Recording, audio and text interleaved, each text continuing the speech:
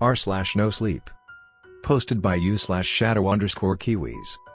I work in a thrift store in the middle of town, something about this place feels off. Part 1. I've never had very high aspirations in life.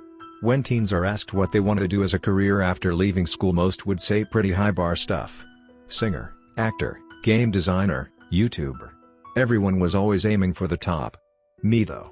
Well, I would usually answer with an unenthusiastic and uninterested "I don't know." Or haven't really thought about it. Before being prompted by the guidance counselor to get my shit together. Not that I ever did, of course. I was always just drifting through life, honestly. Not to sound overly edgy or anything, but I just didn't really care what the future had for me. I knew I'd probably flunk my exams and end up working some dead-end retail job to scrape together enough to make a living. I suppose it's no surprise then where I ended up. Hi, my name is Cameron, and I work in a thrift store in the middle of my town. You've probably never heard of this place before, which is most likely for the best. Most people that grow up in this town want to get out ASAP. Not that there's really anything that bad about it. There's just nothing really here. No interesting locations or cool hangout spots, not that I'd have any use for them anyway.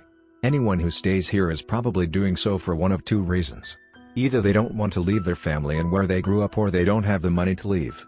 By the way, if you were wondering, my reason was the latter. Anyway, that's enough about me and my terrible life choices. Let's get on to why I'm really writing this. And probably why you're reading this. My workplace. Contrary to what my boss wants everyone to believe, this place is fucking weird. And I mean really weird. It just gives off bad vibes all around. Like it's hiding something sinister under all of the second-hand tatty clothes and weird children toys. I guess a part of me is writing this in hopes that someone on here might be able to shed some light on what might be up with this place. But I'm mainly doing this just to share this stuff with someone. I don't really have much of a social circle, so Reddit is the next best thing. Wow, that's kind of sad now that I think about it.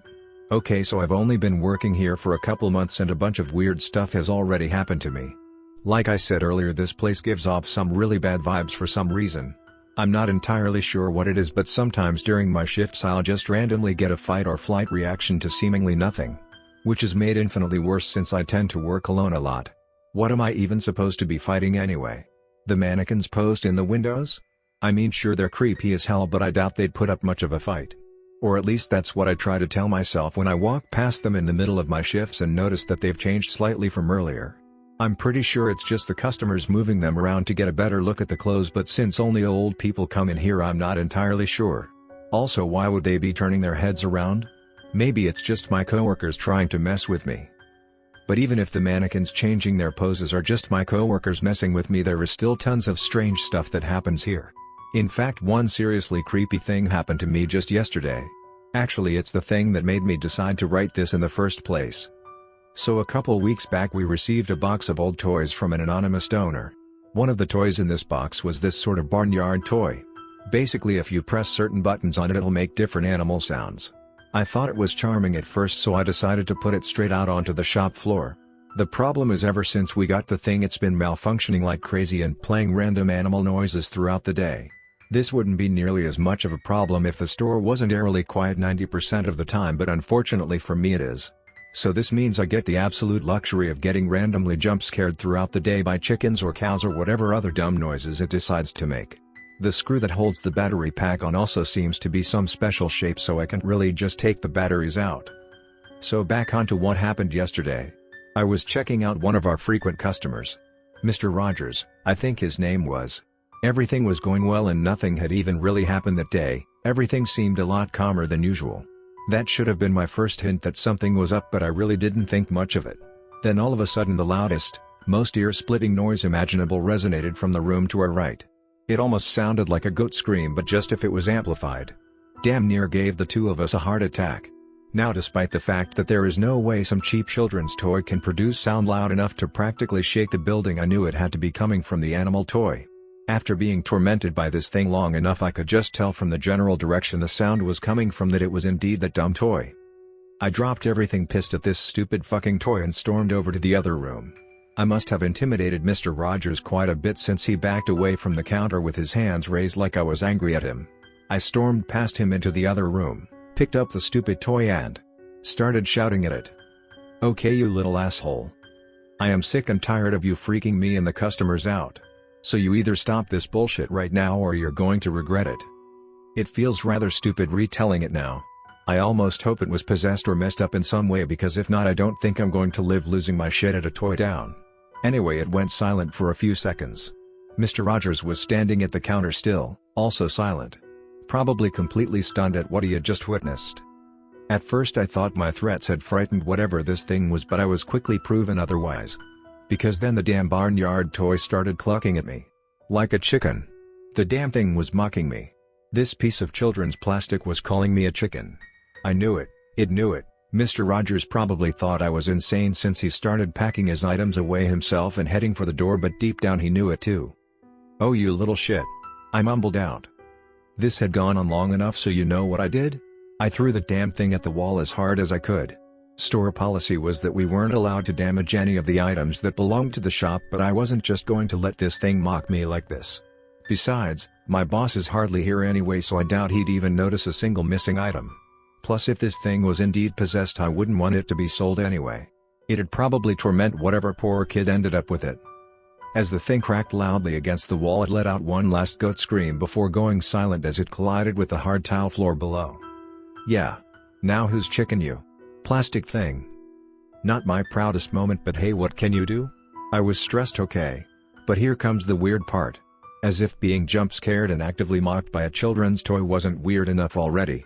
When I walked over to the wall to clean up my mess, I noticed something very peculiar. The little plastic thing that held the batteries in place had broken off from the impact. And I could plainly see that there were no batteries inside. I searched on and off for hours trying to find those batteries. I was hoping desperately that they had just fallen out when the toy hit the wall or something. But I had no luck. I've just come to the conclusion that there were never any batteries to begin with. And that thought kinda freaks me out. I did fear for a second that being alone in this place so often with little to keep my mind occupied had genuinely started to drive me insane, and that I was just hearing things. So I decided to return to the counter to ask Mr. Rogers if he had actually heard the sound. Looking back, I can't really remember. Unfortunately though, he had already left. And I doubt he'll be coming back anytime soon either. Whether I just imagined those sounds or not, I am pretty sure I really freaked that poor old man out. I then realized that I was still holding the broken, possibly possessed toy in my hands. I decided to throw it away after a few seconds of contemplation. It had a nasty crack down the middle now, no battery holder, and probably wouldn't work anymore anyway, so I don't think anyone would have actually brought it. Not that I'd even want them to. I decided to go through the storage room to the back door and throw it directly into the trash. I didn't need my boss suddenly deciding to make a surprise visit and seeing what I had done to one of our products. Despite how messed up this place is, it's either this or getting kicked out onto the streets. Thinking about it now, it's hard for me to decide which would actually be worse. As I walked away from the large bin behind the building after throwing the toy away, I could have sworn that I heard something coming from inside. It sounded like a quiet and crackly giggle was coming from the bin. I decided not to turn around and look and just pretended I didn't hear anything. I was not putting up with any more ghostly bullshit that day. I didn't need to hear any more goat screams ever again. Though now that I think about it, that toy didn't have any goats on it. Weird.